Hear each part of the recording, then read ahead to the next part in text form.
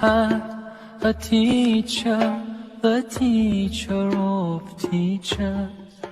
He changed the world for the better and made us better creatures. Oh Allah, we've shamed ourselves, we've strayed from Al-Mu'allim. Surely we've wronged ourselves, what will we say in front of it? Mu'allim. He was Muhammad sallallahu alayhi wa sallam. Muhammad, mercy upon mankind. He was Muhammad sallallahu alayhi wa sallam. Muhammad, mercy upon mankind. Teacher of all mankind. أبا القاسم يا حبيبي يا محمد يا شفيعي يا محمد خير خلق الله محمد يا مصطفى يا إمام المرسلين يا مصطفى يا شفيع العالمين يا مصطفى يا إمام المرسلين يا مصطفى يا شفيع العالمين يا مصطفى يا إمام المرسلين يا مصطفى يا شفيع العالمين. He prayed while others slept, while others ate, he'd fast. While they would laugh, he wept until he breathed his last. His only wish was for us to be among the ones who prosper. Ya Mu'allim, peace be upon you, truly you are our teacher. Mu'allim. He was Muhammad sallallahu alayhi wa sallam. Muhammad, mercy upon mankind. He was Muhammad sallallahu alayhi wa sallam. Muhammad, mercy upon mankind. Teacher of all mankind.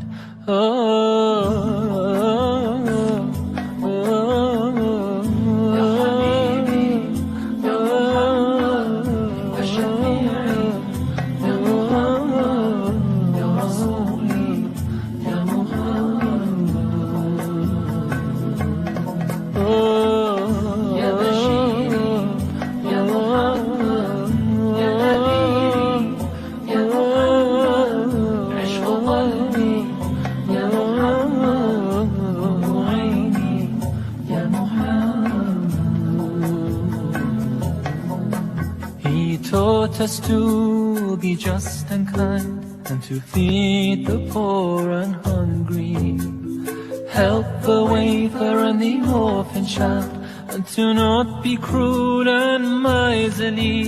His speech was soft and gentle, like a mother stroking her child.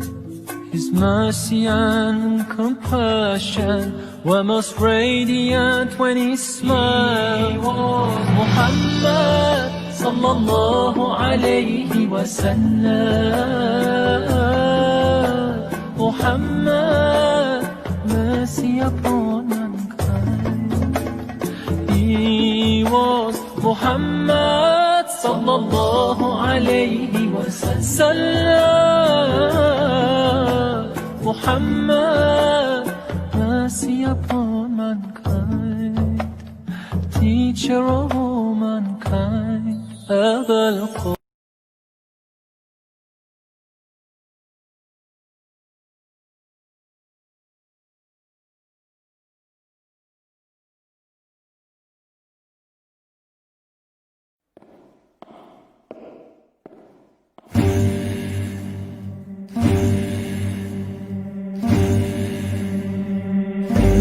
You came to me in that hour of need, when I was so lost, so lonely. You came to me, took my breath away, showed me the right way, the way to lead. You filled my heart with love, showed me the light above. Now all I want is to be with you. You are my one true love, taught me to never judge. Now all I want is to be with you. Allahumma salli ala Sayyidina Mustafa, ala Habibika Nabika Mustafa. You came to me in a time of despair. I called on you, you were there. Without you, what would my life be? To not know the unseen, the worlds between. For you I'd sacrifice, for you I'd give my life, anything, just to be with you. I feel so lost at times by all the hurt and lies. Now all I want is to be with you. Allahumma salli ala Sayyidina Mustafa, ala Habibika Nabika Mustafa. Showed me right from wrong, told me to be strong. Need you more than ever, Ya Rasulullah. You came to me in that hour of need. Need you more than ever, Ya Rasulullah. You filled my heart with love, showed me the light above. Now all I want is to be with you. You are my one true love, taught me to never judge. Now all I want is to be with you. Allahumma salli ala Sayyidina Mustafa, ala Habibika Nabika Mustafa. Allahumma salli ala Sayyidina Mustafa, ala Habibika Nabika Mustafa.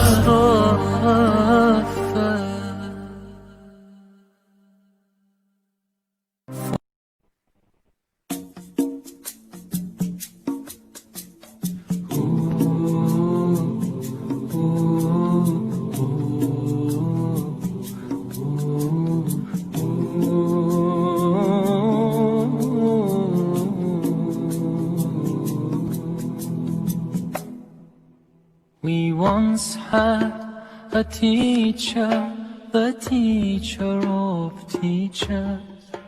He changed the world for the better and made us better creatures.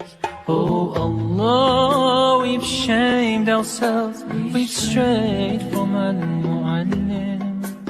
Surely we've wronged ourselves, what will we say in front of it? Mu'allim, he was Muhammad sallallahu alayhi wa sallam.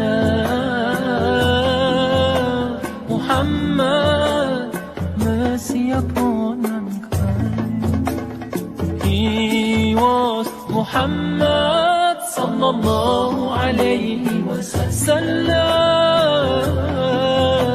Muhammad, mercy upon mankind.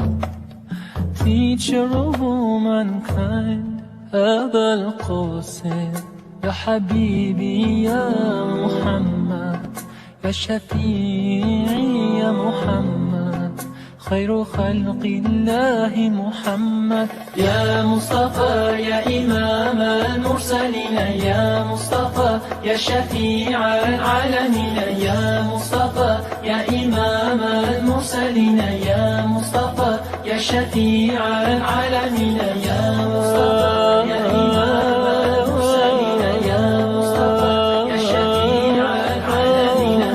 He prayed while others slept, while others ate, he'd fast.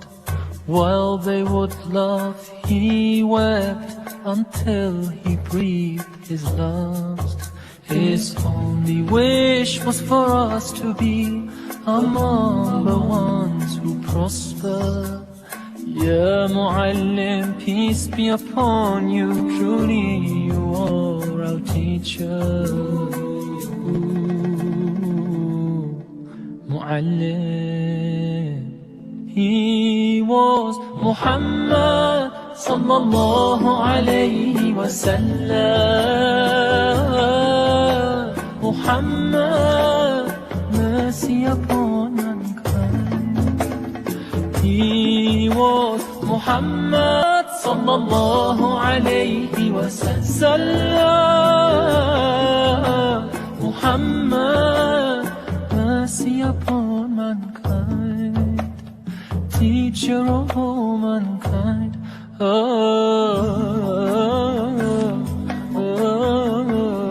Ya Habibi, Ya Muhammad, Ya Shafi'i, Ya Muhammad, Ya Rasuli, Ya Muhammad,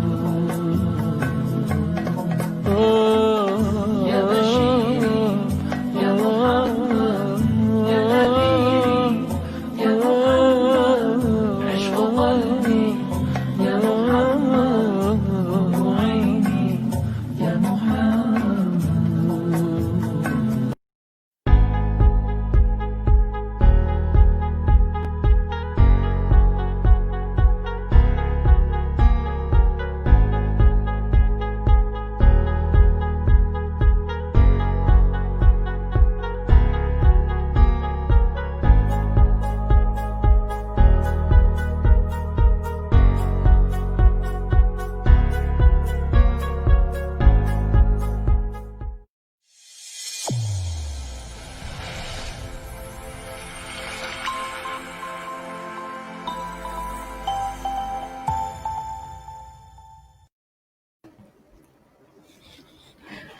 Bismillahirrahmanirrahim. Innal hamdalillah nahmaduhu wa nasta'inuhu wa nastaghfiruh wa na'udzu billahi min shururi anfusina wa min sayyiati a'malina.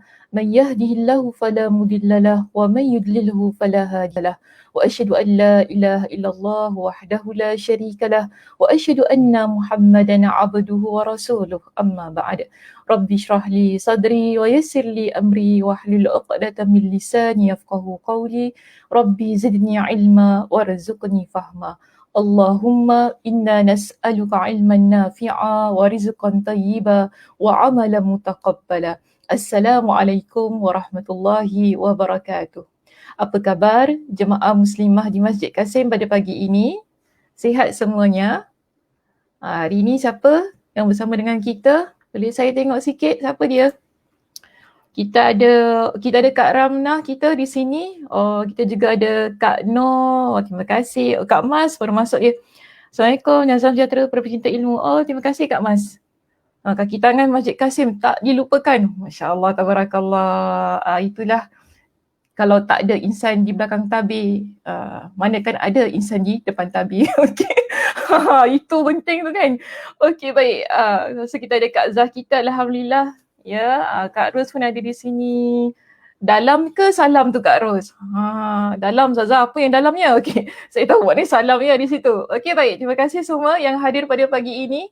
Ya, salam. Ya betul, saya tahu. Gurau je ya Kak Ros, jangan marah. Okey. Jadi alhamdulillah ya muslimah, hari ini kita bertemu sekali lagi dengan kelapangan masa yang Allah berikan kepada kita, dengan nikmat kesihatan yang Allah Subhanahu Wa Taala kurniakan kepada kita. Alhamdulillah pada pagi ini kita bertemu untuk menyambung perbincangan kitab kita berkenaan dengan kita panggil misi meluaskan, menyebarkan dakwah Islam di kawasan Iraq. Dan kita pada hari ini akan masuk kepada satu lagi perbincangan yang tidak kurang pentingnya, yang ada kaitannya dengan apa yang pernah disebutkan oleh Nabi SAW semasa hayat baginda dahulu. Baik, jadi perbincangan kita pada hari ini berada di halaman 155. Assalamualaikum Ustazah, Ustazah sihat-sihat Kak Ram. Ustazah kalau tak sihat, Ustazah tak ada di depan sini. Saya kalau tak sihat, saya kata pada Ustaz Azim, Ustaz saya tak sihat. Ustaz pun kata, ya Ustazah tak sihat. Okeylah, hari ni kita cancel. Tak adalah tak semudah itu ya, kita nak cancel kuliah ni. Okey. Jadi, terima kasih Kak Ram tanya. Ya, betul juga ya. Asyik Ustazah je tanya. Tak ada orang tanya saya. Okey, alhamdulillah. Adalah gurau je. Baik, hari ni kita masuk teruslah ya perbincangan pada halaman 155. Betul ya? Okey, kita akan masuk pada perbincangan perdamaian Al-Hirah. Al-Hirah. Alif lam ha, ha yang pedas itu, okey. Ya ra tak marbutah, maknanya tak yang bulat. Ini kita panggil sebagai Al-Hirah. Satu tempat ataupun satu kawasan yang berada di Iraq, dan pada masa itu Khalid ibn Al-Walid dia daripada Ulais ya. Kita bincangkan pada minggu lepas tentang peperangan tersebut. Daripada situ beliau pun pergi kepada satu tempat yang namanya kita panggil sebagai Al-Hirah. Dan di Al-Hirah ini kita dapati tidak berlaku peperangan ya sebagaimana di tempat-tempat yang lain. Sebab itu tajuknya pun daripada tajuk kita dah dapat tangkap dah. Maknanya tidak berlaku peperangan yang dahsyat di tempat ini. Hanya yang ada di dalam kisah kita ini ialah berkenaan dengan perdamaian antara tentera muslimin dan juga penduduk yang berada di Al-Hirah. Okey muslimah, kita masuk kepada perbincangan kita pada pagi ini ya. Sila lihat kepada perenggan kita yang pertama di halaman 155. Kita baca sedikit ya di perenggan itu. Diceritakan kepada kita bahawa setelah Khalid berhasil memenangkan peperangan di Ulais. Ini kita bincangkan ya pada sesi yang lepas. Sesiapa yang tertinggal perbincangan tersebut, saya minta boleh dirujuk kepada video kita yang dah dimuat naik oleh pihak masjid. Sama ada, saya tak pasti adakah di YouTube ada. Kalau di YouTube saya lah, mungkin di YouTube Masjid Kasim juga ada. Di FB Masjid Kasim sendiri dan juga FB saya juga ada. Jadi sesiapa yang terlepas untuk mengikuti tentang perbincangan peperangan di Ulais ya, boleh sila rujuk video yang ada. Okey. Di FB playlist. Okey, FB playlist. Sila rujuk di FB playlist Masjid Kasim. Yelah, imarahkanlah ya. Kita tak dapat imarahkan masjid, kita imarahkan FB dia. Itulah. Kita tak dapat imarahkan masjid, kita imarahkan FB dia. Itulah antara cara untuk kita meneruskan semangat memakmurkan masjid. So ada ruang, ada peluang, kita laksanakan. Baik, terus kita lihat di sini dalam perbincangan yang lepas ya muslimah. Kita dapati bahawa peperangan di Ulais yang berpihak kemenangannya kepada tentera muslimin. Pada masa itu, Khalid dia ada pergi ke satu tempat bernama apa selepas peperangan tersebut? Siapa ingat? Boleh tulis di ruangan komen kalau ada sesiapa yang ingat. Kita boleh baca jika ada di situ. Selepas, saya ulang balik soalan saya. Selepas Khalid ibn Al-Walid, dia berjaya menumpaskan pihak musuh di Ulais. Dia ada pergi ke satu kota. Yang mana kota itu merupakan tempat yang dihuni oleh hampir majoriti keseluruhannya pihak musuh yang berjaya dia tewaskan. Apa nama kota itu? Ini kalau masuk peperiksaan sejarah ni, boleh dapat 100 per 100 ke tidak? Ni mesti semua tengah tengok buku ni. Apa alamak, mana nak cari? Ya, saya tahu. Ada Kak Mas boleh berikan jawapan jika Kak Mas ada di situ?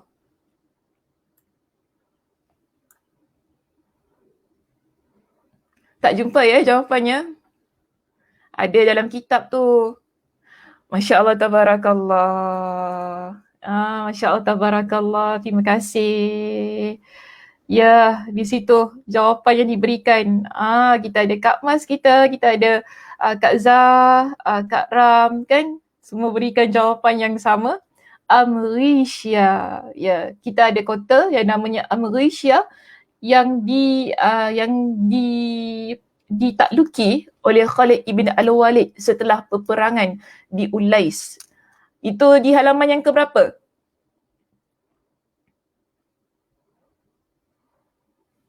Halaman yang keberapa tu?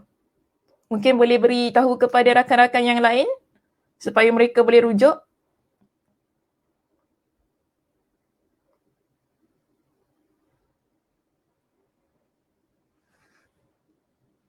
Halaman yang ke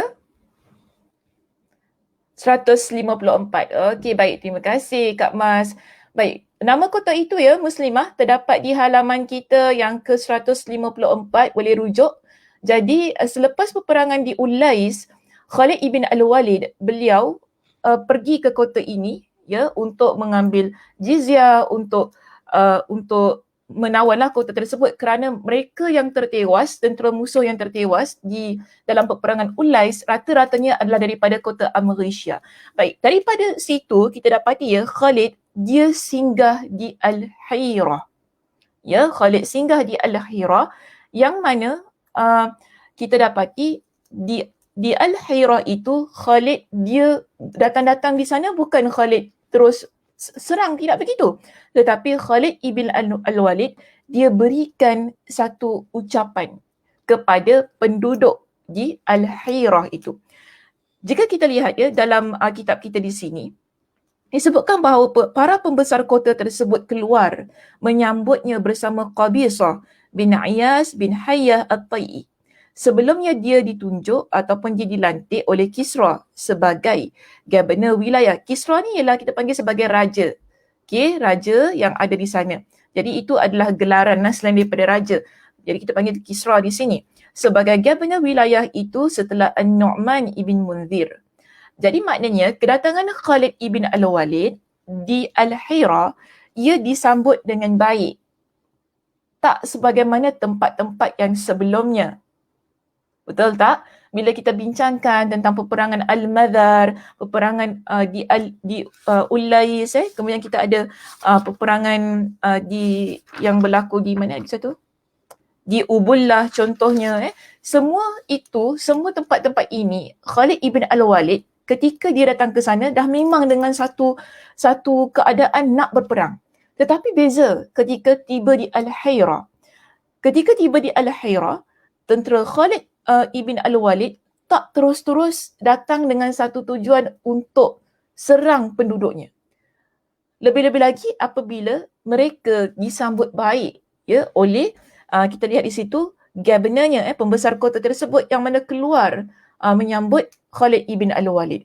Jadi ketika Khalid ibn Al-Walid disambut baik oleh governor di wilayah tersebut iaitu Al-Hira ini, Khalid dia memberikan satu ucapan perdamaian kepada mereka. Jika kita lihat dalam kitab ini, apa kata Khalid? Khalid kata begini, kita baca ya, di perenggan yang kedua.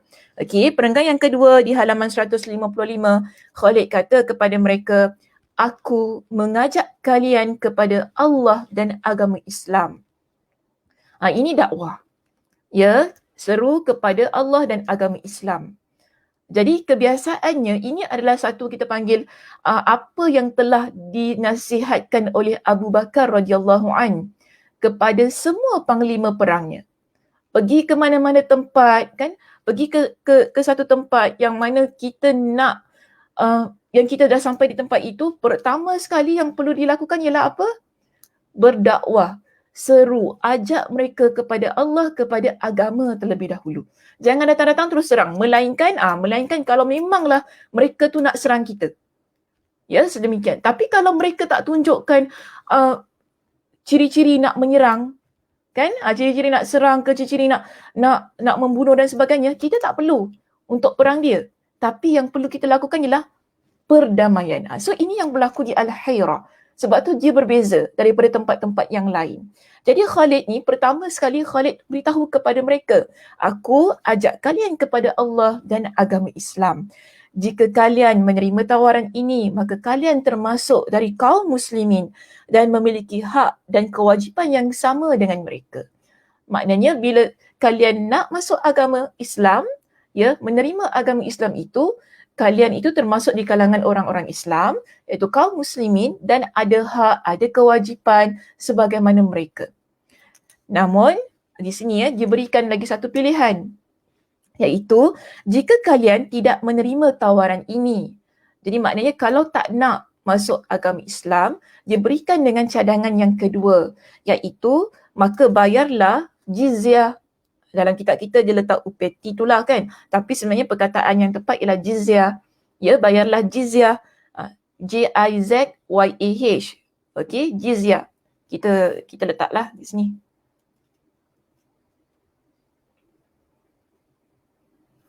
Okey, saya type di situ. Jizyah. Itu perkataan yang ni lah, yang tepat. Tadi kalau kita rujuk kepada, kalau saya kata Al-Hira, ejaan dia begitu. Okey, Al-Hira. Ejaan nama tempat tu kan, Al-Hira. Sedemikian. Jadi di sini, di dalam kitab kita, dia letak upeti lah. Ini bahasa Indonesia. Cuma saya lebih selesa jika sekiranya perkataan itu kita letak dengan jizyah terus. Sebab itulah perkataan yang kita, sebab bila kita belajar sejarah ni, kita tahu bila non-Muslim, dia berada di bawah pemerintahan Muslim, mereka perlu bayar jizyah. Pada masa zaman Khulafa Ar-Rasyidin, pada zaman Nabi SAW juga begitu. Jadi bagi saya lebih senanglah kita gunakan perkataan jizyah di sini. Baik, maka di situ Khalid pun kata, kalau tak nak peluk agama Islam, tak nak terima agama Islam, jadi ambil pilihan yang kedua, iaitu bayar jizyah kepada mereka. Namun ada juga pilihan yang ketiga. Jika kalian tetap enggan menerimanya, maka sesungguhnya aku datang kepada kalian membawa pasukan yang lebih mencintai kematian daripada kecintaan kalian kepada kehidupan. Di sini Khalid kata, satu, dia seru kepada agama Islam kan tadi. Nak peluk agama Islam, silakan, diberikan tawaran itu, maknanya sama-sama dengan kita. Tapi dua, kalau tak nak pun tak ada masalah, ya, bayar jizyah. Namun yang ketiga, kalau nak perang dengan kita peranglah. Buat macam mana kan? Dah kita berikan dua pilihan yang damai, aman damai, tapi nak pilih untuk berperang, tak ada pilihan. Dia kata apa? Dia akan bawa tentera, pasukan yang lebih mencintai kematian. Sebab kita tahu tentera muslimin ini bila mereka keluar berperang, mereka keluar berperang bukan kerana nakkan tempat itu, bukan kerana nakkan harta rampasan perang, bukan begitu. Namun semangat jiwa mereka ialah kerana Allah Subhanahu Wa Taala. Sebab itu Khalid kata apa? Yang mana jiwa mereka lebih mencintai kematian. Ya, jiwa mereka lebih mencintai kematian daripada kecintaan kalian kepada kehidupan. Jadi kami akan memerangi kalian hingga Allah menjadi hakim antara kami dan kalian. Jadi ini ucapan Khalid ibn Al-Walid sebagai satu ucapan perdamaian ketika dia masuk ke Al-Hirah itu tadi, ya, kepada benar itulah untuk mereka terima tawaran yang dia bawa. Jadi di sini Qabisah dia respon, ya, terhadap apa yang diucapkan oleh Khalid ibn Al-Walid. Jadi dia kata begini Muslimah kepada Khalid, kami tidak memiliki kepentingan untuk memerangi kalian. Jadi mereka kata kita kalau nak perang, dia tak ada apa-apa kepentingan. Bagi mereka waste time lah ya, waste time, lepas tu buang tenaga, buang darah tu tak buang darah maknanya buang nyawa orang tak bersalah dan sebagainya. Jadi dia kata kami tidak ada kepentingan untuk berperang. Jadi kami tetap pada agama kami dan kami patuh untuk membayar jizyah. Ini pilihan yang ada di Al-Hirah, yang mana mereka pilih demikian, iaitu tidak mahu, pilihan yang pertama tadi kita sebut, pilihan yang pertama tidak mahu memeluk agama Islam, tidak mahu menerima Islam, tidak mahu berperang, tapi pilih yang kedua iaitu bayar jizyah. Mereka tetap dengan agama mereka. Jadi Khalid di sini dia pun beri respon. Okey, dia kata di situ celaka kan. Jadi saya rasa perkataannya tu agak kasar lah sebenarnya bila diterjemahkan sedemikian. Tapi maknanya bila kita bagi saya terjemahnya lebih tepat rugi. Okay, rugilah kalian. Itu lebih lembut, lebih manis, lebih sedap didengar, lebih orang kata taklah kita rasa macam teruknya Khalid ni cakap macam tu. Taklah kita kata sendiri kan. Tapi kalau kita nak terjemah dalam bahasa kita, sebenarnya dia nak kata rugi. Rugilah kalian. Mungkin boleh ubah terjemahan tersebut. Rugilah kalian. Sesungguhnya kekufuran itu ibarat padang pasir yang menyesatkan. Ini kita panggil sebagai satu nasihat lah. Khalid beritahu kepada mereka, rugi bila kalian memilih untuk tetap pada agama kalian kerana ia adalah satu perkara yang menyesatkan dan sebodoh-bodoh orang Arab adalah orang yang mahu menempuhinya.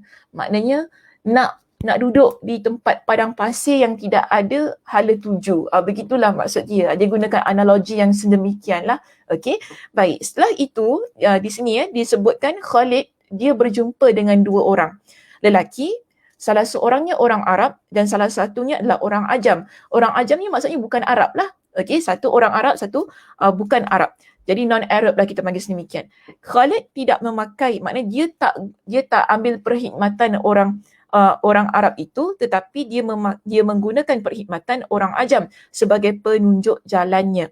Okeylah, itu kita tinggalkan sajalah Muslimah, dia tidak ada kena mengena lah dengan teks yang di atas tu. Baik, jadi kita dapati setelah mereka bersetuju untuk membayar jizyah tadi, maka Khalid berdamai dengan penduduk negeri ini, penduduk negeri Al-Hirah.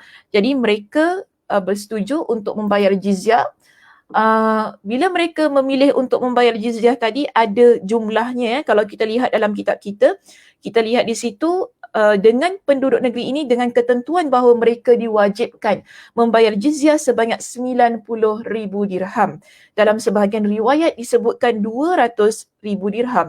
Itulah jizyah pertama yang dipungut ataupun yang dibawa dari tanah Iraq dan dikirim ke Madinah beserta jizyah kota-kota sebelumnya telah mengikut perdamaian antara Khalid bin Al-Walid dan Ibnu Salubah. Jadi di sini, setelah itu Khalid menulis untuk mereka surat perjanjian damai dan mengambil dari mereka wang muka lah, wang pendahuluan sebanyak 400 dirham.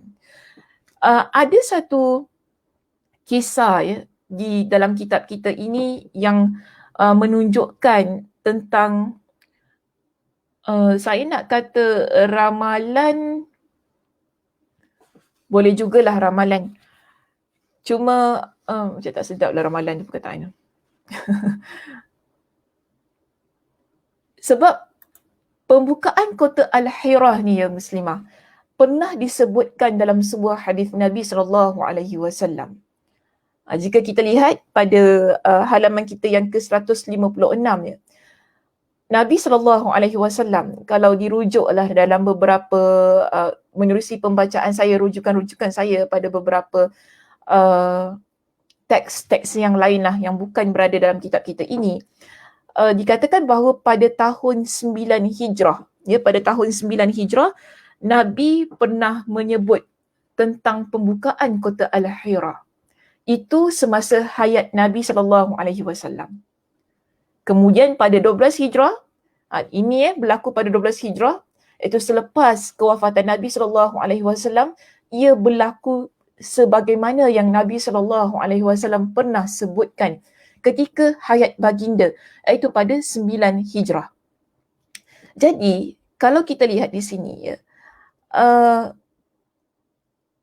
disebutkan bahawa Khalid belum mahu menuliskan surat perdamaian tersebut hingga mereka menyerahkan terlebih dahulu seorang wanita yang bernama Karamah binti Abdul Masih kepada seorang prajurit dari sahabat Rasulullah yang bernama Shuail.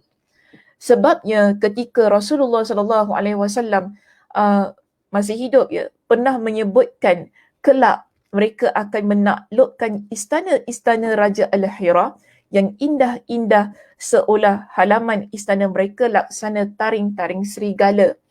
Jadi Nabi pernah sebutkan tentang hal ini ketika hayat baginda. Kemudian Nabi juga pernah menyebutkan tentang puteri kepada Raja Al-Hirah ini yang bernama Karamah binti Abdul Masih. Jadi di situ maka dia berkata kepada Rasulullah, "Wahai Rasulullah, berilah untukku puteri Raja Buqailah." Raja Buqailah ialah raja kepada Al-Hirah di tempat ini. Jadi Nabi pun kata kepada dia, dia akan menjadi milikmu. Setelah berlakunya perdamaian ini, ada di kalangan mereka yang menuntut puteri tersebut supaya diserahkan kepada Shuail menurut kepada apa yang pernah disebutkan oleh Nabi SAW, yang mana dia kata puteri itu dia akan menjadi milikmu. Jadi tak kala kaum muslimin menaklukkan Al-Hira pada masa itu, Shuail dia menuntut wanita yang dijanjikan Rasulullah SAW yang bakal menjadi miliknya. Dan ketika itu ada dua orang yang turut menjadi saksi di atas apa yang pernah dituturkan oleh Nabi SAW, dan mereka berdua juga turut serta dalam peperangan ini ataupun dalam perdamaian ini, dalam misi penaklukan Iraq tersebut, dan beritahu kepada Khalid tentang hal itu kan. Jadi mereka kata bila mereka penduduk Al-Hirah ini, dia kata kepada mereka dengar yang Shuail nak sangat dengan puteri Raja Buqailah ini. Mereka bertanya kepada dia, apa yang kau hendak terhadap seorang wanita yang dah berusia 80 tahun. Jadi pada masa pembukaan kota Al-Hira ini, puteri raja ni kan, dia dah tua, umur dia 80 tahun. Jadi mereka pelik, kenapalah nak sangat dengan puteri yang dah berumur 80 tahun ini kan. Kemudian dia pun, puteri ini kata kepada mereka ni lah, kepada penduduk Al-Hira, tak apalah, serahkan aku kepada dia sebab aku akan menebus diriku darinya dan sesungguhnya dia telah melihatku ketika aku muda. Dia kata begitulah. Wallahu a'lam lah apa maksudnya lihat ketika waktu muda. Mungkin pengkhabaran itu datang kepada Shuail tu tadi kan, dalam keadaan yang dia masih lagi muda lah, itu maksud dia. Jadi dia kata tak apalah, bagi je aku pada dia, nanti pandai-pandailah aku tebus diri aku daripada dia. Maknanya pandai-pandailah di-negotiate dengan si Shuail ni supaya bebaskan dia. Baik, jadi maka wanita itu diserahkan kepada dia. Puteri yang dalam kitab kita kan disebut namanya Karamah binti Abdul Masih itu, yang merupakan puteri kepada Raja Buqailah, diserahkan kepada Shuail. Dan dia kata begini kepada Shuail, apa yang engkau inginkan dari seorang wanita yang telah berusia 80 tahun? Aku siap menebus diriku, mintalah berapa yang engkau mahu. Jadi puteri ni kata, tak apalah, saya boleh bayar berapa yang awak hendak, yang penting awak bebaskan saya, beritahu. Cakap dia berapa hendak, saya beri. Jadi Shuail berkata, demi Allah, aku tidak akan menerima tebusanmu jika kurang dari 1 juta. Dia kata, kalau kurang daripada 1 juta, aku tak nak. Jadi, wanita ini, dia bukan, walaupun umur dia 80 tahun, dia tak nyanyuk. Okey, dia tak nyanyuk. Dia ni bijak dan dia pula boleh memperdaya Shuail. Dalam kisah inilah disebutkan dalam kitab kita kan. Dia kata wanita itu berupaya menipunya dengan mengatakan bahawa jumlah itu terlalu besar. Jumlah yang dia minta lebih daripada 1 juta lah, sebab dia kata kalau betul engkau nak bayar aku, kena beri aku lebih, jangan kurang daripada 1 juta. Maknanya 1 juta ke atas, okey, yang dia minta. Jadi dia kata 1 juta ke atas tu besar sangat. Macam tak ada duit lah nak bagi dia kan. Kemudian dia segera meminta kepada kaumnya agar menyerahkan sejumlah wang yang dimintanya dan kaumnya segera menyerahkan sebanyak 1,000 dirham sahaja. Jadi akhirnya kaum muslimin mencelanya bila dia dah beri balik, dah pulangkan balik puteri Raja Buqailah ini dengan 1,000 dirham tadi kan, yang asalnya dia minta 1 juta, tapi kemudian dia cuma dapat 1,000 saja. Jadi ada di kalangan kaum muslimin kata kepada dia, andai saja engkau meminta lebih dari 1,000 dirham, 100,000 dirham, pasti dia akan memberikan untukmu. Jadi dia bertanya hairan, adakah bilangan yang lebih banyak dari 1 juta? Maknanya boleh ke dia sebenarnya berikan kepada kita lebih daripada 1 juta tu kan? Jadi dia pun tak puas hati tentang kes ini sebab puteri itu pun dah pergi daripada dia tak puas hati dengan kes tu tadi. Dia pun mengadu kepada Khalid ibn Al-Walid, Shuwail ni. Dan Khalid pun kata kepada dia, sesungguhnya dia kata kepada Khalid, aku ingin satu jumlah wang tebusan yang terbesar. Jadi Khalid pun berkata begini, Khalid nasihatkan kepada dia, engkau inginkan sesuatu namun Allah menginginkan yang lain. Faham tak muslimah maksud Khalid apa? Asalnya dia nak 1 juta ataupun lebih, betul tak? Tapi kemudian 1 juta atau lebih, tapi kemudian dia dapat hanya 1,000. Dan Khalid kata, engkau nak 1 juta, tapi Allah dah tetapkan pada engkau 1,000. 1,000. Dan maknanya Allah inginkan benda yang lain. Dan sesungguhnya kami menghukumi apa-apa yang kami nampak dari ucapanmu. Adapun niatmu, kita serahkan ia kepada Allah. Apapun niat engkau, apapun yang ada dalam hati engkau, kita serahkan ia kepada Allah. Maknanya Khalid kata dia tak nak kecoh-kecoh lah tentang hal ini. Sebab itu antara dia dengan puteri Raja Buqailah itu tadi. Okey, puteri Raja Buqailah tadi. So kisah tu stop sampai situ saja. Namun begini ya muslimah, kalau kita rujuk kepada nota kaki yang berada di halaman 156, kita dapati bahawa kisah ini tentang apa yang Nabi SAW sebutkan, ada diriwayatkan oleh Al-Baihaqi dalam kitabnya Dalailun Nubuwah dan dalam Tarikh At-Tabari dan Futuh Al-Buldan karya Al-Baladhiri. Bila saya rujuk di dalam riwayat At-Tabrani, dalam kitab Mu'jamnya, tak silap saya pun dah lupa lah dalam kitab tu, semalam saya baca. Tapi At-Tabrani, dalam riwayat At-Tabrani dengan sanad yang sahih, kita dapati nama puteri Raja Buqailah ini bukan Karamah binti Abdul Masih, tetapi dalam hadis itu Nabi menyebutkan namanya adalah Asy-Syaima. Jadi riwayat ini riwayat yang lebih sahih. Sebab kalau kita lihat di situ pun, dia kata bahawa yang meminta puteri Buqailah kepada Nabi adalah Khuraim bin Aus. Khuraim bin Aus. Dan bila saya merujuk kepada riwayat itu, ia juga menyatakan perkara yang sama. Riwayat dalam kitab At-Tabrani itu menyatakan bahawa sahabat yang minta puteri ini bukan namanya Shuwail sebagaimana yang terdapat dalam kitab kita. Jadi saya nak betulkan penamaan-penamaan yang ada dalam teks ini. Saya tak tahu bagaimana nama-nama ini diperoleh oleh Imam Ibn Kathir rahimahullah. Mungkin di sana ada riwayat yang lain. Namun bila kita merujuk kepada teks hadis yang asal, kita dapati nama sahabat yang terlibat di dalam penyebutan kota Al-Hira yang minta puteri Buqailah daripada Khalid itu tadi, namanya ialah Khuraim bin Aus. Dalam kitab kita di bawah nota kaki itu juga ada. Kalau kita lihat nota kaki yang pertama. Jadi nama sahabat itu bukan Shuwail, tetapi namanya adalah Khuraim bin Aus. Khuraim bin Aus. Dan nama puteri tersebut bukan Karamah binti Abdul Masih. Ini pun mungkin di sana ada beberapa riwayat lain lah, wallahu a'lam. Namun kalau bagi saya yang lebih tepat, bila merujuk kepada riwayat hadis itu, kita dapati namanya adalah Asy-Syaima. Asy-Syaima yang disebut sebagai Ibnah Asy-Syaima Ibnah Buqailah. Asy-Syaima puteri kepada Buqailah. Mungkin boleh dijadikan sebagai maklumat tambahan dalam kitab kita. Jika sekiranya mungkinlah kita ada baca kitab-kitab yang lain ataupun kita terbaca kepada hadis Nabi SAW yang menceritakan hal ini, kita tahu bahawa ada nama lain yang diberikan dalam teks-teks yang lain, bahawa nama puteri itu bukanlah Karamah binti Abdul Masih tetapi Asy-Syaima. Asy-Syaima.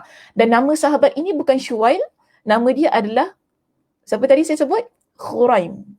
Khuraim bin Aus. Itu yang disebutkan dalam hadis yang diriwayatkan oleh At-Tabrani, dan hadis itu adalah hadis yang sahih. Cuma dalam kitab ini, yang itu tadi saya katakan mungkin ada riwayat lain yang dipetik oleh Imam Ibn Kathir sehingga beliau memuatkan kisah ini dalam kitab beliau. Okey, wallahu a'lam lah ya, riwayat yang mana satu. Mungkin saya tak jumpa riwayat tersebut. Jadi jika mungkin next time kita buat apa-apa kajian tentang pembukaan kota Al-Hira, kemudian kita jumpa riwayat yang lain tu, alhamdulillah. Tetapi apa yang saya sebutkan di sini ia sebagai nilai tambah kepada apa yang ada dalam teks kitab kita, ya, supaya kita tak kurang maklumatnya tentang kisah ini. Yang penting ya muslimah, yang ingin saya tekankan, pembukaan kota Al-Hira ia adalah sesuatu yang pernah disebutkan oleh Nabi SAW semasa hayat baginda. Ini kita panggil sebagai satu mukjizat lah yang ada pada baginda SAW, yang baginda mengetahui, Allah berikan kepada baginda dengan satu pengetahuan yang akan datang, ya, yang dah Nabi beritahu kepada para sahabat, dan hal itu benar-benar terjadi. Buktinya apa yang berlaku di Al-Hira itu tadi. Yang mana Nabi katakan puteri itu akan diberikan kepada seorang sahabat yang bernama, bila sahabat ini minta langsung, dia sendiri yang minta kepada Nabi, bolehkah kalau saya ada dalam perdamaian ataupun dalam penaklukan kota itu, saya nak ambil puteri Raja Buqailah itu. Nabi kata, ya, puteri itu untuk engkau. Nabi cuma kata begitu saja. Tetapi apa yang berlaku setelah itu, puteri itu melepaskan diri dan sebagainya, Nabi tak sebutkan. Cuma Nabi kata, ya, puteri itu akan menjadi hak milik kau. Betul kan? Puteri itu memang dia dapat. Tapi akhirnya puteri tersebut dia berjaya melepaskan dirinya daripada dari siapa namanya, kalau riwayat yang tepat tadi, Khuraim bin Aus. Okey, so kita berhenti sajalah ya kisah itu di situ. Baik, ada satu lagi perkara yang kita dapati setelah Khalid berjaya berdamai dengan penduduk di Al-Hira ini. Khalid dia menetap di tempat tersebut selama setahun. Kemudian kita dapati bahawa ada satu kisah yang berlaku antara Khalid dan Amr Abdul Masih. Amr Abdul Masih ini juga disebutkan disebutkan sebagai anak kepada Raja Buqailah lah pada masa itu. Dan hal ini ya muslimah, boleh kita rujuk pada muka surat 158. Ya, muka surat 158 di perenggan kita yang pertama di situ. Mungkin boleh rujuk terus ya. Saya tak bacalah halaman kita 157 sebab ruang pun, keadaan pun tak mengizinkan ya, sebab banyak lagi yang saya nak jelaskan nanti. Baik, kita terus masuk kepada halaman 158. Di sini ada satu kisah yang berlaku antara Khalid dan juga Amr Abdul Masih, yang mana Khalid ni dia menulis surat jaminan keamanan bagi negeri Al-Hira. Dan yang menandatangani perdamaian itu adalah Amr ibn Abdul Masih bin Buqailah. Ketika Khalid melihat dia membawa bungkusan, jadi Amr Abdul Masih ini dia bawa satu bungkusan, ya. Satu bungkusan ini dia, bila Khalid nampak, Khalid pun tanya kepada dia, apa isi bungkusan itu? Kau bawa apa? Kan? Dalam bungkusan itu kau bawa apa? Jadi Amr ini dia kata kepada Khalid, dia kata ini adalah racun yang dapat mematikan dalam sekejap, dalam sekelip mata. Dia kata gitu. Jadi Khalid pun tanya kepada dia, kenapa kau bawa racun ni?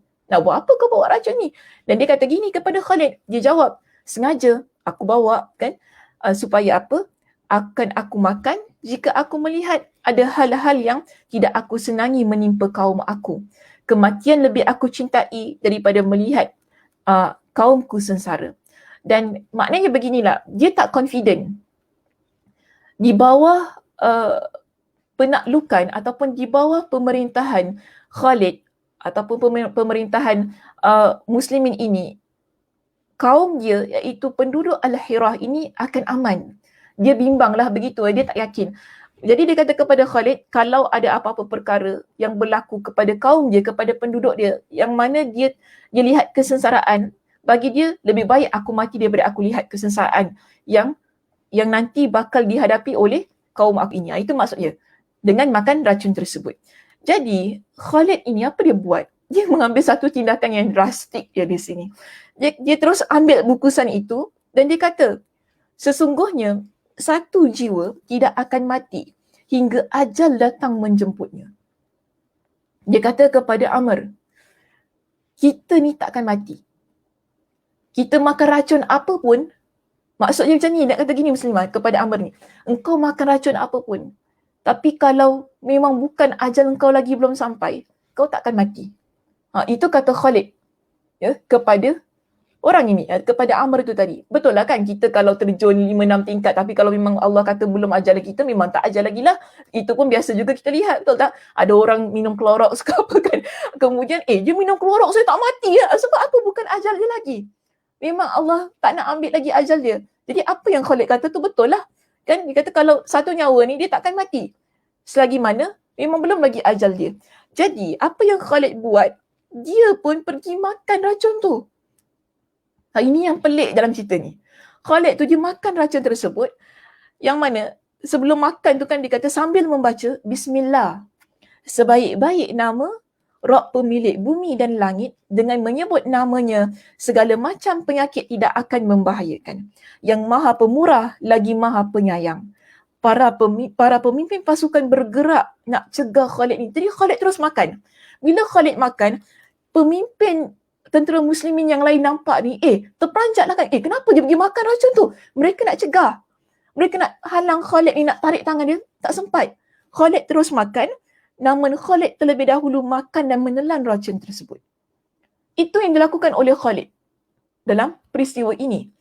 Ketika melihat Khalid segar bugar, tapi yang peliknya dalam kisah ini, Khalid tak berlaku apa-apa kepada dia. Dia terus segar bugar. Khalid biasa sahaja. Ya, nampak tak keberanian Khalid ini? Dia memang berani matilah orang dia kan. Berani mati nak tunjukkan kepada Ibn Buqailah bahawa apa yang kau nak buat ini adalah perkara yang memang menyalahi sesuatu yang telah ditetapkan oleh Allah. Begitu lagi nak katakan. Maka Ibn Buqailah, bila dia lihat Khalid ni tak berlaku apa-apa pada diri dia, dan dia ingat balik apa yang Khalid katakan, satu orang tu dia takkan mati, melainkan dah memang ajal dia. So kita buat apa pun kalau belum lagi ajalnya, memanglah tak ajalnya. Khalid kata, sekarang aku dah makan racun tu. Memang Allah belum tetapkan aku mati. Aku tak mati, aku okey je. Begitulah kan. Jadi dia kata apa? Demi Allah, wahai orang-orang Arab, kalian pasti akan menguasai negeri manapun yang kalian inginkan, selama satu orang saja yang bersama kalian ini ikut. Bila dia tengok Khalid tu segar, dia kata apa? Kalau kalian pergi ke mana-mana yang mana tempat itu dipimpin oleh Khalid ini, pastilah tempat itu kalian dapat kuasai. Ini kita panggil sebagai pujian dia lah terhadap Khalid ibn al-Walid. Kemudian dia pun menoleh kepada penduduk Al-Hayrah dan berkata, aku tidak pernah melihat peristiwa sehebat hari ini. Habis sampai begitu saja cerita dia. Tapi jangan buat sebagaimana Khalid itu ya Muslimah. Jangan tiba-tiba pergi minum Clorox pula. Baca Bismillah. Lah cari pasal kita ni kan. Khalid minum racun tak ada apa-apa pun. Ustazah, saya pun nak try lah. Baca Bismillah, nanti jadi Ustazah. Jangan kita pandai-pandai kan. Ini kisah tu memang takdirnya begitulah ya. Mungkin di situ ada hikmahnya mengapa Allah Subhanahu Wa Taala takdirkan sedemikian. Kita kurang-kurang pun masuk ICU kan. Masuk ICU tak tahulah apa jadi dengan badan kita, sistem kita rosak dan sebagainya kalaupun kita hidup. Wallahu a'lam lah ya. Cuma di sini kisah ini dipanggil sebagai kisah yang menakjubkan, yang menyebabkan Amr dia rasa begitu memang Khalid ni berani mati, dan dia membuktikan kepada beliau penduduk Al-Hayrah akan aman bila berada di bawah kekuasaan dia. Maknanya bawah kepimpinan dia. Begitulah. Yang dia membuka mata Amr ini bahawa Khalid ni bukan orang sebarangan. Begitu. Jadi ada pengajarannya yang saya ingin tampilkan dalam perbincangan kita pada pagi ini. Cuma sebagaimana saya kata tadilah ya, jangan kita gunakan apa yang dilakukan oleh Khalid itu tadi sebagai sesuatu contoh untuk kita amalkan dalam kehidupan kita.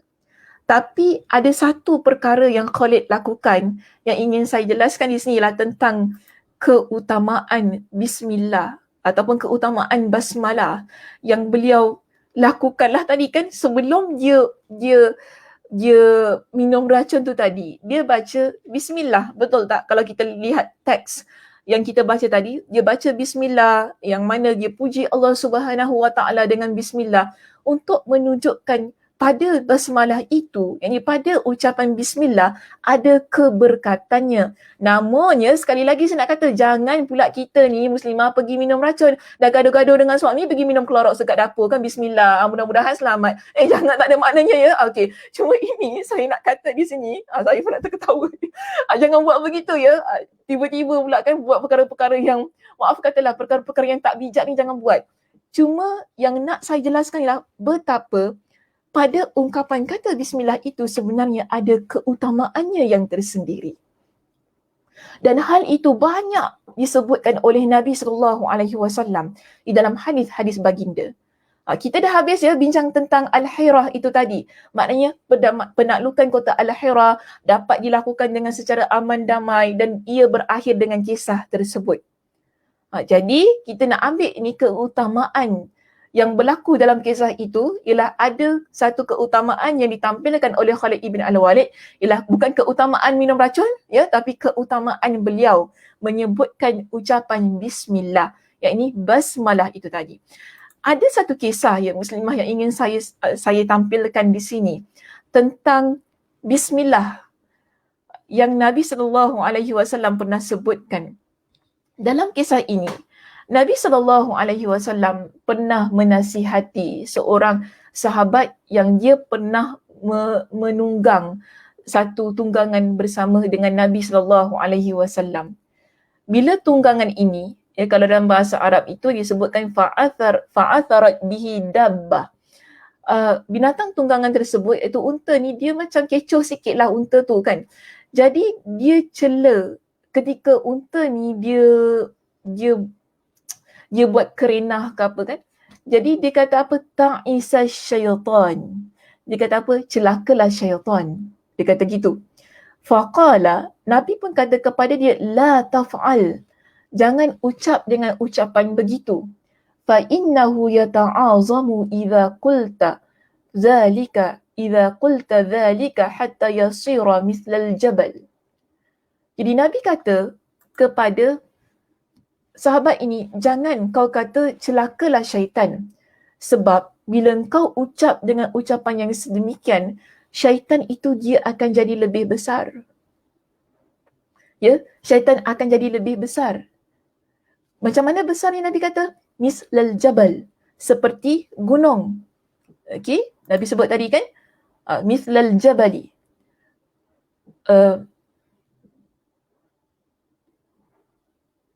Jadi Nabi pesan kepada sahabat ini, ucap bismillah. Jangan cakap syaitan itu celaka. Sebab bila engkau ucap bismillah, syaitan itu dia akan jadi kecil. Kecilnya bagaimana? Di sini Nabi terangkan. Nabi kata apa? Bila engkau ucap, bila engkau berkata dengan nama Allah, syaitan akan mengecil sehingga dia berubah seperti lalat. Ini pesan Nabi kepada sahabat tu tadi. Dan saya nak kata ia adalah satu keutamaan yang ada pada ucapan bismillah. Dalam kes tadi ya, muslimah, ini Nabi kata syaitan. Syaitan dia jadi kecil sebagaimana lalat bila kita ucap bismillah.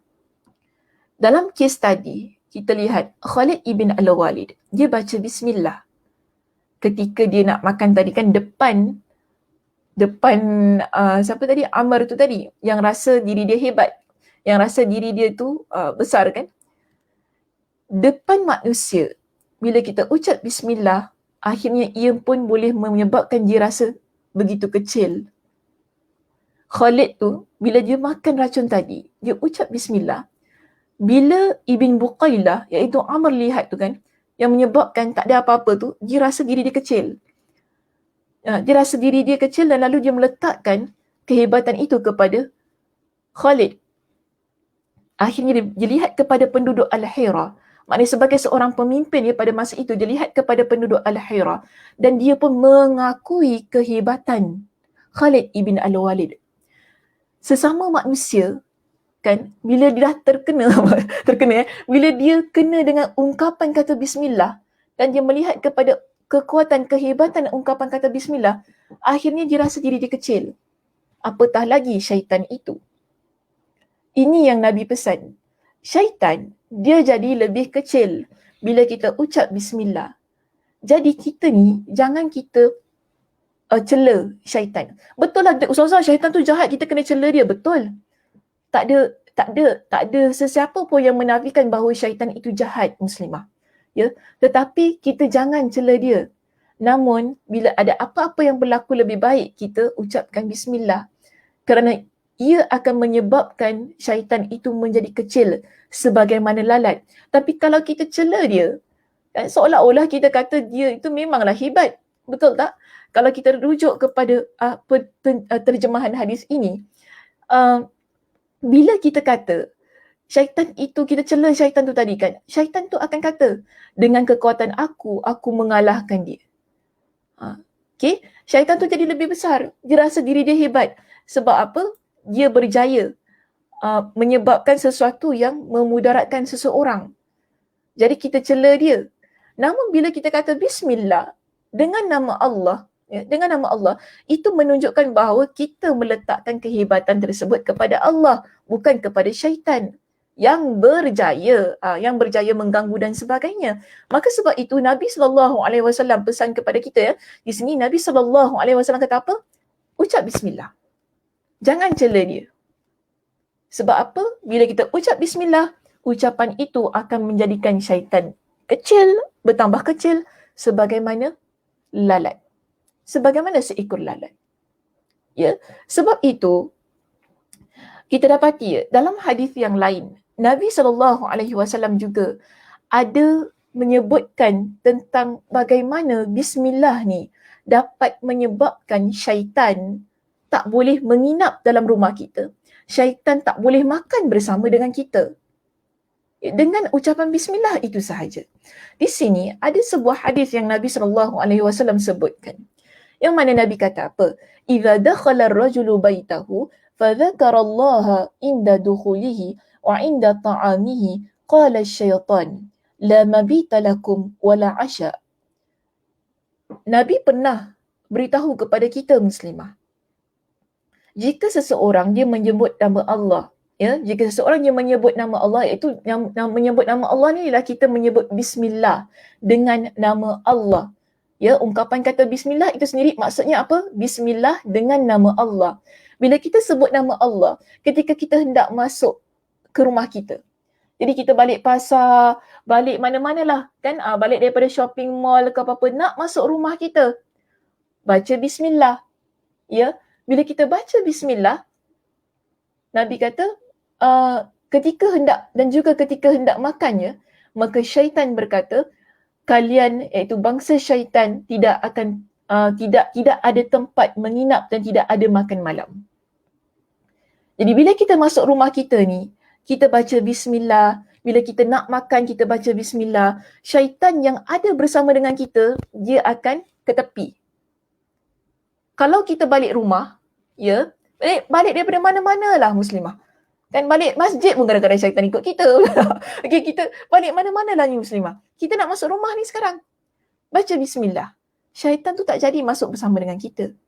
Sama juga, bila kita nak makan sesuatu, kita baca bismillah. Syaitan tu tak makan bersama dengan kita. Okay, dia tak makan bersama dengan kita. Sebab itu tadi Nabi kata apa? Di kalangan bangsa syaitan ni kata apa? Kita tak ada makan malam, kita tak ada tempat nak menginap, tak ada tempat nak tidur dah malam ni. Ya. Kemudian Nabi juga ada kata di sini, wa idza dakhala falam yadhkur falam yad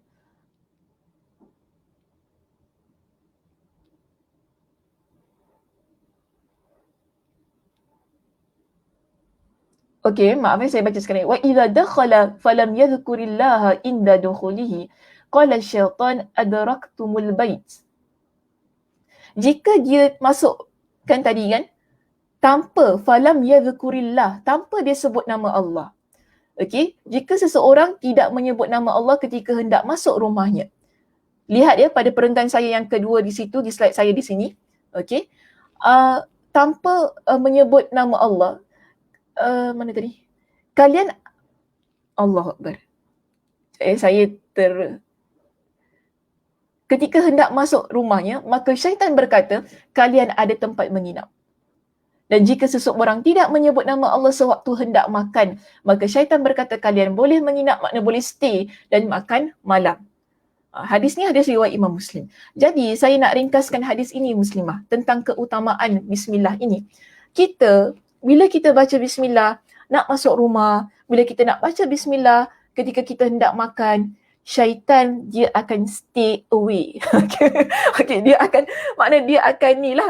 pergi daripada kita. Okay, maka mereka pun kata, kita tak ada makan malam lah, ya Allah, kita tak ada makan malam lah, kita tak ada tempat tinggal lah malam ni kan, sebab kita dah baca bismillah. Itu adalah bagus untuk kita. Jadi ini kita panggil sebagai keutamaan yang mana kita menjadikan syaitan itu kecil.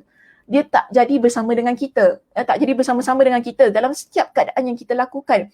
Kerana apa? Kita mulakan ia dengan bismillah. Sebab itu memulakan sesuatu dengan bismillah ada keberkatannya. Ya, daripada hadis ini kita dapati setiap perkara yang kita buat, kita mulakan dengan bismillah, ada keberkatannya. Bila syaitan nak ganggu kita, syaitan pun tak jadi nak ganggu kita. Dia pun tahu, alamak ini ada red zone lah, kan kata red zone lah untuk dia, dia pun pergi. Itu kita panggil sesuatu yang bagus untuk kita.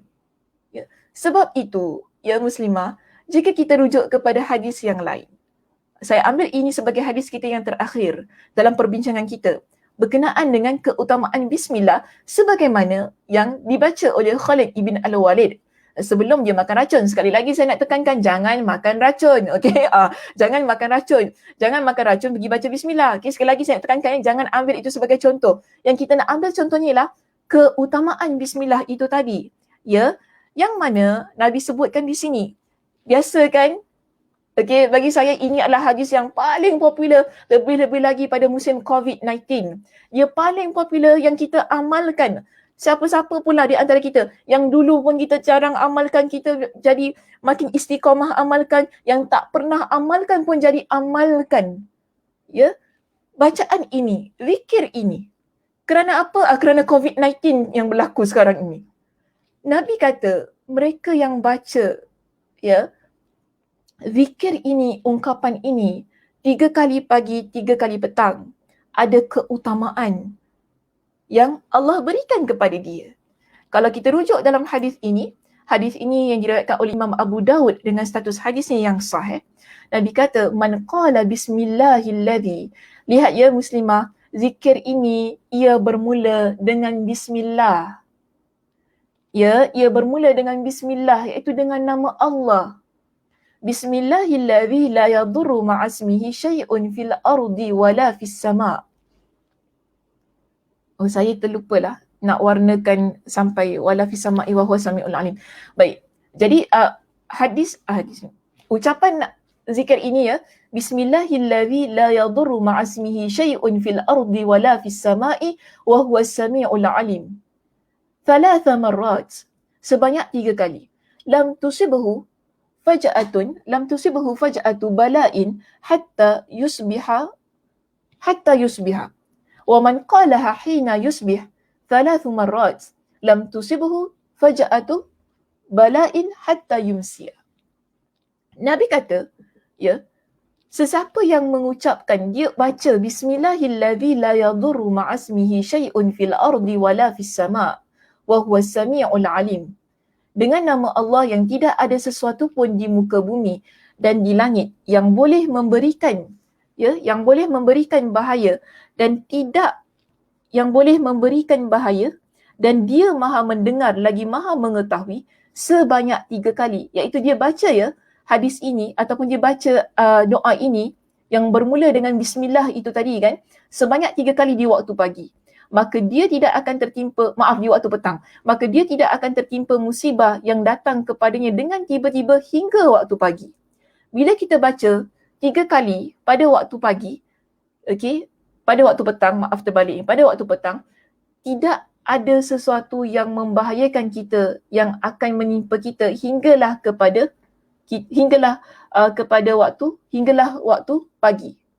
Dan sesiapa yang membacanya pada waktu pagi, ini baru betul pada waktu pagi. Tadi petang ya muslimah, pada waktu pagi sebanyak 3 kali.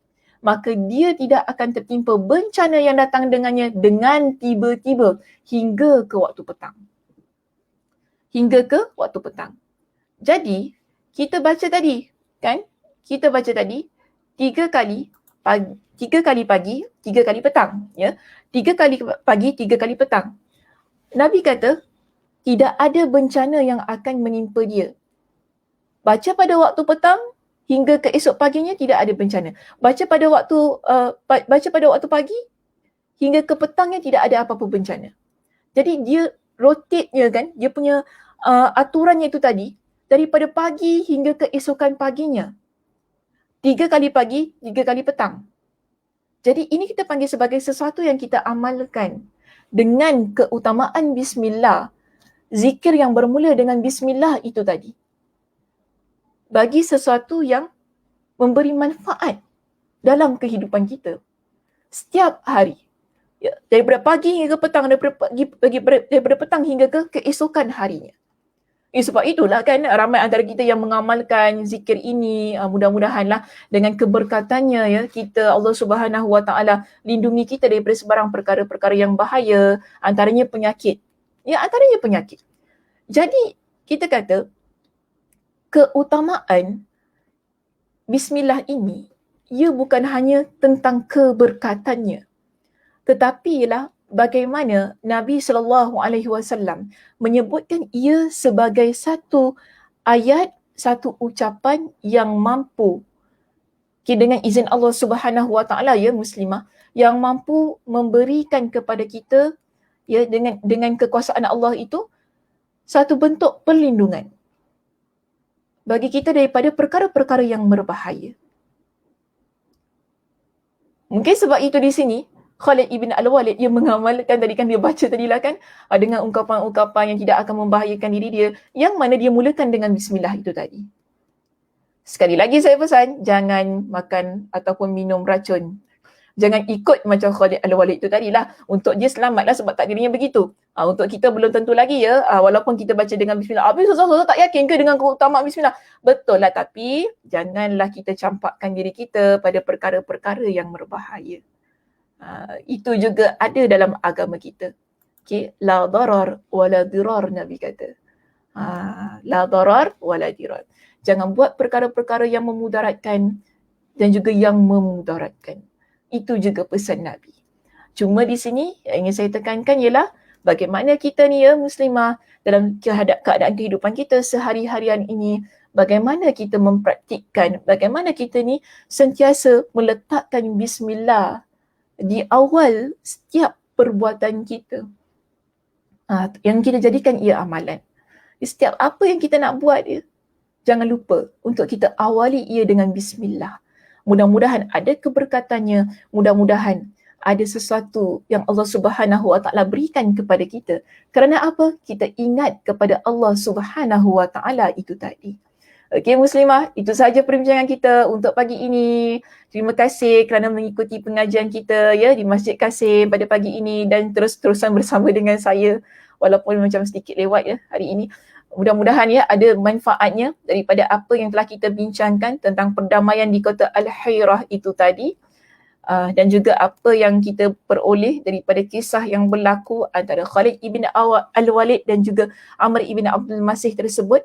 Mudah-mudahan setiap apa yang kita bincangkan dapat dijadikan sebagai amalannya. Sekali lagi saya tekankan, jangan minum racun. Okey, banyak kali saya tekankan sebab bimbang juga ya kita ni salah faham dengan apa yang dibawakan dari sudut penceritaan di sini ya.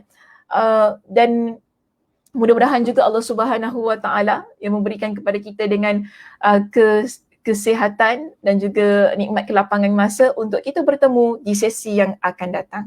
Jadi saya tutup dengan tasbih kafarah. Subhanakallahumma wa bihamdika asyhadu an la ilaha illa anta astaghfiruka wa atubu ilaik. Assalamualaikum warahmatullahi wabarakatuh.